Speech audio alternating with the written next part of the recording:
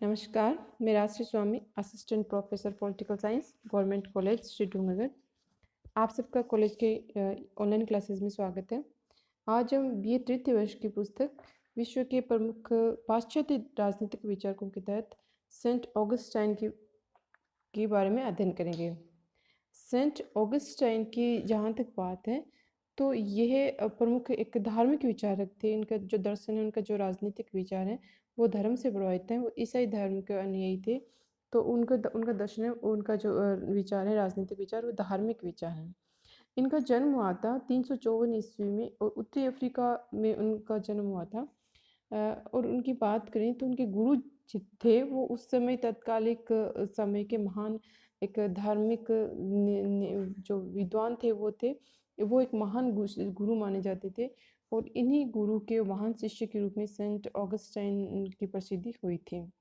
Saint Augustine की जहाँ तक जीवन काल की बात है तो 430 ईस्वी में उनकी मृत्यु हो गई थी। उन्होंने जो प्रमुख ग्रंथ लिखे थे उनमें द सिटी ऑफ गॉड जो उनका ग्रंथ है वो सबसे प्रमुख ग्रंथ उनका माना जाता है।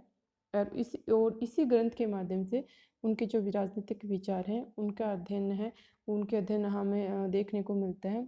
जो महत्वपूर्ण विचार हैं उनके द सिटी ऑफ गॉड नामक पुस्तक में ही उनके राजनीतिक विचार हैं सेंट ऑगस्टाइन के, वो वर्णित है। इसके अलावा उन्होंने अपनी जीवन कथा भी लिखी थी और उसका नाम था कन्फेशंस। जीवन कथा का नाम था कन्फेशंस। सॉरी, इसमें मिसप्रिंट हुआ है। कन्फेशंस उनकी जीवन कथा का नाम था। सेंट ऑगस्टाइन के द सिटी ऑफ गॉड जो पुस्तक थी उसमें उन्होंने उनके जो समस्त विचार हैं उनका उसमें संग्रह आ जाता है। तो उनके संबंध में जो सेबाइन है उन्होंने कहा है कि सिटी ऑफ गॉड इतनी जो पुस्तक है वो इतनी विचारों की इतनी विविधता है कि सेबाइन ने से विचारों की खान कहा है इस पुस्तक को। सेबाइन ने क्यों कहा विचारों की खान? क्योंकि उनका मानना है कि इस पुस्तक में ऑगस्टाइन ने अपने विविधतापूर्ण विचार थे वो उनका वर्णन इस पुस्तक में किया है। संत ऑगस्टाइन ने मुख्यतः दो धारणाएं दी थी। पहला था इतिहास दर्शन का जो है उनका सिद्धांत, और दूसरा था दो राज्यों की अवधारणा। दो राज्यों की अवधारणा है वो ऑगस्टाइन की सबसे महत्वपूर्ण उनकी अवधारणा है, उनका राजनीतिक विचार माना जाता है। लेकिन यदि इनकी इतिहास दर्शन जो उन्होंने है, फिलोसॉफी ऑफ हिस्ट्री जो उन्होंने लिखा था, उसके बारे में भी हम थोड़ी सी चर्चा करें तो सिटी ऑफ गॉड जो उन्होंने लिखा है उस पुस्तक में उन्होंने ईसाई धर्म के विरुद्ध जो आरोप लगाए गए थे उन आरोपों का खंडन किया है। और क्योंकि उनका मानना है कि उन्हें जो आरोप लगाए थे उनके उन जो ईसाई धर्म पर आरोप लगाए गए थे उनके कारण ही इस जो रोम है उसका पतन हुआ है। रोम के जो पुराने मूर्ति पूजक धर्म थे वो उन मूर्ति पूजकों का मानना था कि जब तक रोम में बृहस्पति आदि देवताओं की पूजा होती थी तब तक उसे कोई पराजित नहीं कर पाया। और जब से उन्होंने उसमें ईसाई धर्म के प्रवर्तक यीशु की पूजा होने लगी तब से रोम में जो है विदेशियों ने आक्रमण कर उसको अपने वश में कर लिया और रोम को पराजित कर लिया। ऑगस्टाइन के इस जवाब में कहते हैं कि ये विश्वास करना मूर्खतापूर्ण है कि साम्राज्यों का उत्थान या पतन देवताओं की प्रसन्नता या प्रकोप से होता है। उनका मानना है कि रोम के इतिहास का उल्लेख करके उन्होंने कहा है कि जो धर्म है, पैगन धर्म जो उस समय प्रचलित था, उसके प्रभाव उस पैगन धर्म के प्रभाव के कारण ही रोम पर अनेक बर्बर जातियों के आगमन होते रहे हैं। और उस धर्म ने ही रोम साम्राज्य में कमजोरियां पैदा की और ही रोम का पतन का कारण बनी। ये मानना ऑगस्टाइन का। ईसाई धर्म ने रोमवासियों की रक्षा की है क्योंकि ऑगस्टाइन एक ईसाई थे और ईसाई धर्म की पुनर्स्थापना वो करना चाहते थे। इसलिए वो कहते हैं कि ईसाई धर्म ने तो रोमवासियों की रक्षा की है क्योंकि आक्रमण के समय व्यक्तियों ने रक्षा के लिए जो है अपनी रक्षा के लिए किसकी शरण ली थी? चर्च की शरण ली थी। इसलिए ईसाई धर्म ने जो है रोम की रक्षा की है, व्यक्तियों की रक्षा की है। इसके अलावा वो आगे कहते हैं जैसे कि कार्ल मार्क्स ने की भांति ऑगस्टाइन भी वो मानव इतिहास के प्रभाव को एक संघर्ष के रूप में देखते हैं। जिस तरह से कार्ल मार्क्स ने जो मानव इतिहास है उसकी व्याख्या संघर्ष के रूप में कही है, लेकिन उनका जो संघर्ष की व्याख्या उन्होंने की है वो उनकी आर्थिक शक्तियों के बीच जो संबंध थे उनके आधार पर इतिहास की व्याख्या कार्ल मार्क्स ने की है। जबकि ऑगस्टाइन इतिहास की व्याख्या तो करते हैं लेकिन इसकी व्याख्या को वो पाप तथा पुण्य का द्वंद्व मानते हैं।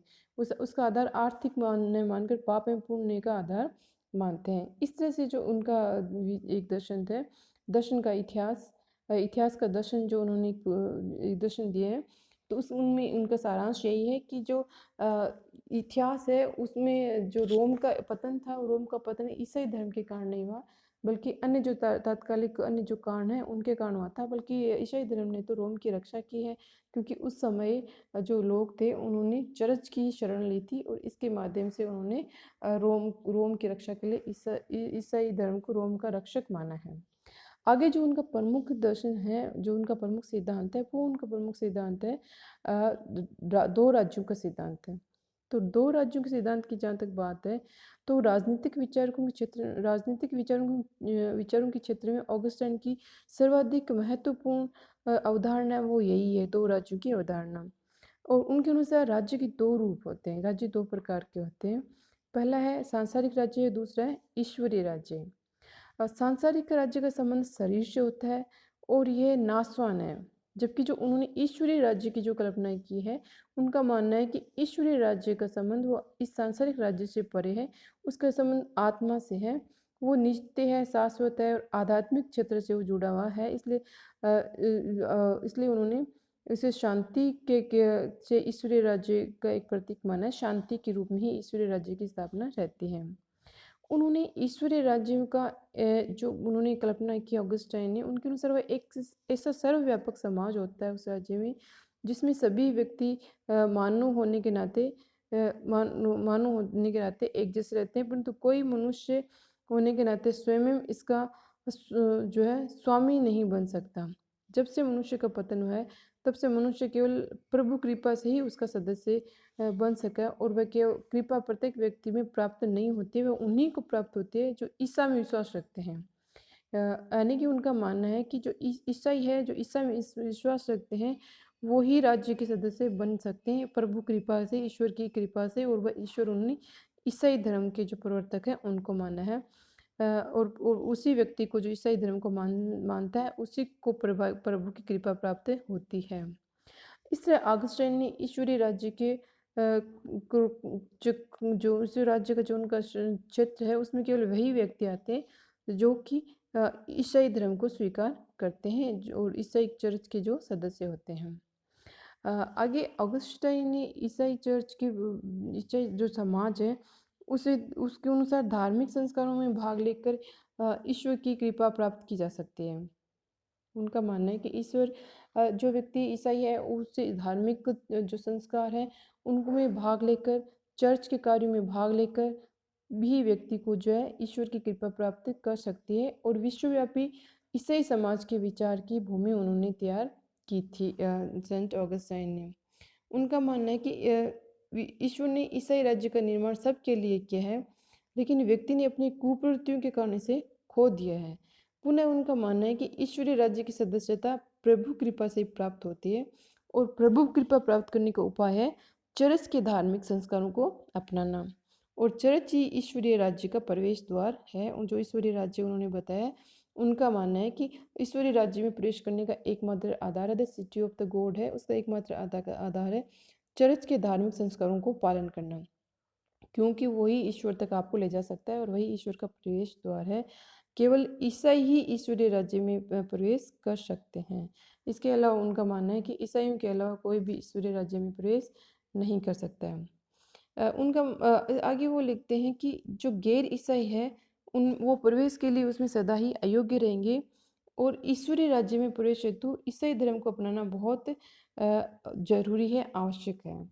इस प्रकार ऑगस्टाइन का जो दो राज्यों का सिद्धांत है, उस सिद्धांत पे उनका मानना है कि ईश्वरीय राज्य है वो समस्त सद्गुणों पर आधारित एक व्यवस्था है। उसमें न्याय और शांति की प्राप्ति, और जो किसी भी राज्य में न्याय और शांति की प्राप्ति है, वो ईश्वरीय राज्य के माध्यम से ही की जा सकती है।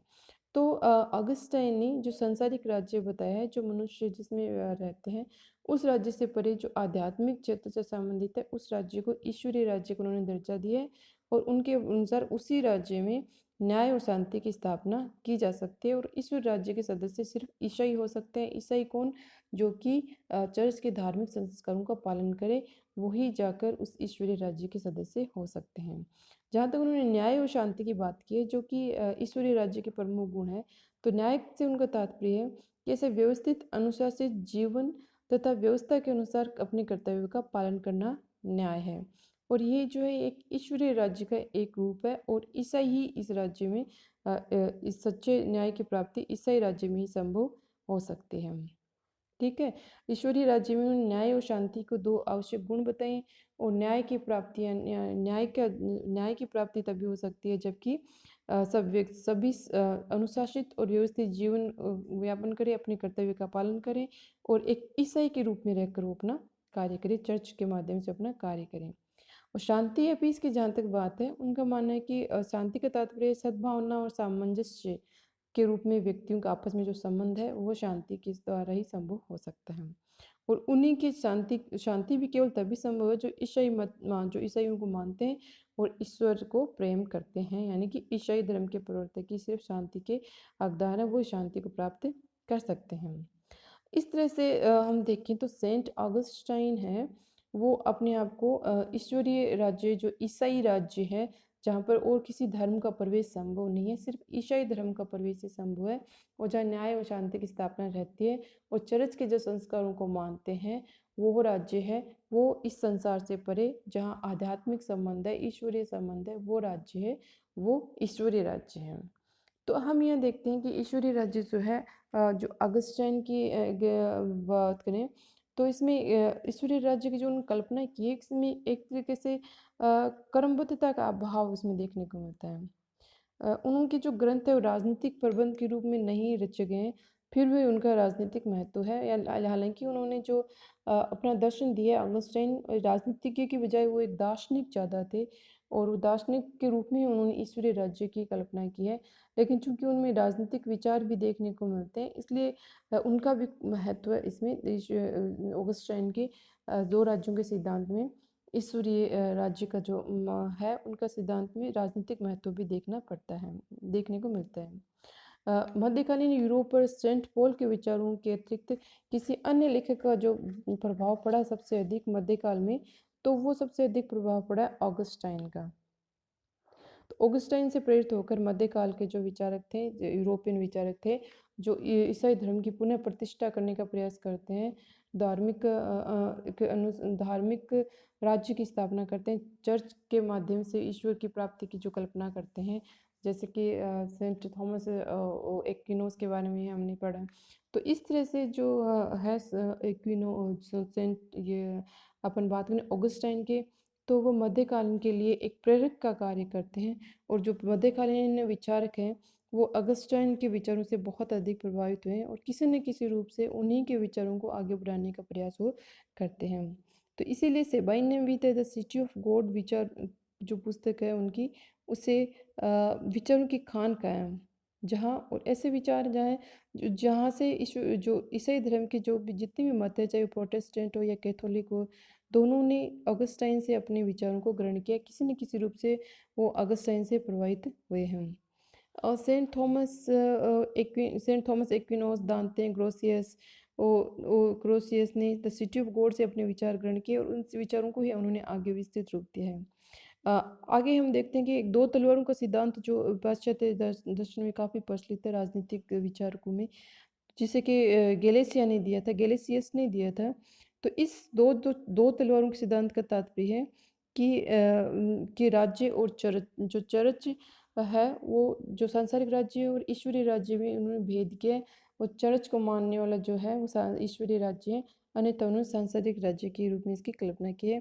तो ऑगस्टाइन वे प्रथम विचारक हैं जिनका उद्देश्य मूर्ति पूजक धर्म को जीतना तथा ईसाई धर्म को प्रतिष्ठित करना है, जिनका कि प्रभाव मध्यकाल के चिंतन पर, मध्यकालीन यूरोपियन धार्मिक विचारों पर बहुत अधिक प्रभाव उन पर पड़ा है। और उन्हीं ऑगस्टाइन से प्रेरित होकर दो राज्यों का सिद्धांत है, दो तलवारों का सिद्धांत है, वो निकल कर सामने है। दो तलवार का तात्पर्य, एक तलवार है जो ईश्वरीय राज्य है और दूसरा है वो सांसारिक राज्य है, जिसे ग्रोसियस ने दिया था। तो ये सिद्धांत और मध्यकालीन जो चिंतन जितना भी है वो किसी न किसी रूप से सेंट ऑगस्टाइन से प्रभावित रहा है। इसलिए उनको उनके दर्शन को विचारों की खान कहा जाता है। उनके द सिटी ऑफ गॉड उनकी पुस्तक है, उसे विचारों की खान कहा जाता है। उसी से प्रेरित होकर आगे मध्ययुगीन जो ईसाई धार्मिक चिंतन है वो फलवित और पुष्पित हुआ है। धन्यवाद।